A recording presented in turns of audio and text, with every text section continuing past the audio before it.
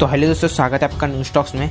दोस्तों, जैसे कि अपने पिछले कुछ दिनों में एक खबर तो सुनी होगी कि म्यांमार की मिलिट्री ने डेमोक्रेसी का उल्लंघन करते हुए म्यांमार की पीएम आंग सान सू की को और कई बड़े पॉलिटिकल लीडर्स को गिरफ्तार कर लिया है। और म्यांमार की मिलिट्री इसके तहत अपने देश में डेमोक्रेसी को हटाकर मिलिट्री रूल लगाना चाहती है और ये सिलसिला पिछले कई दिनों से चालू है और म्यांमार में दंगे थमने का नाम बिल्कुल भी नहीं ले रहे। और जिस मिलिट्री को उस देश के नागरिकों की रक्षा के लिए तत्पर रहना होता है, अब म्यांमार में वही मिलिट्री लगातार अपनी जनता पर अत्याचार कर रही है और ह्यूमन राइट्स का वायलेशन कर रही है। और उधर की जनता भी लगातार मिलिट्री रूल का विरोध कर रही है और अपने पॉलिटिकल लीडर्स को छोड़ने के लिए मांग कर रही है।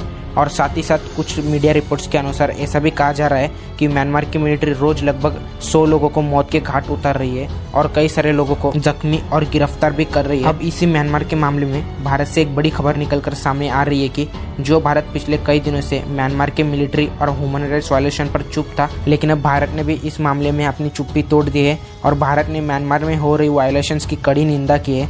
भारत के विदेश मंत्रालय के एक प्रवक्ता ने कहा है कि भारत किसी भी प्रकार की हिंसा की कड़ी निंदा करता है और उन्होंने ये भी कहा कि म्यांमार में लोकतंत्र बहाल करने की हर कोशिश का भारत बिल्कुल भी समर्थन करता है। और विदेश मंत्रालय की ओर से ये भी कहा गया है कि हमने म्यांमार से ये आग्रह किया है कि उनके पॉलिटिकल लीडर्स को जल्द से जल्द छोड़ दिया जाए। और विदेश मंत्रालय ने ये भी कहा है कि हम इस म्यांमार को मुद्दों को लेकर यूएनएससी में जाएंगे और उधर भी आवाज उठाने वाले हैं। और भारत ने संयुक्त राष्ट्र में भी म्यांमार मिलिट्री को फटकार लगाई है और भारत लगातार जल्द से जल्द उधर लोकतंत्र बहाल करने की कोशिश कर रहा है। आज के लिए बस इतना ही, मिलते हैं अगले वीडियो में एक नई खबर के साथ।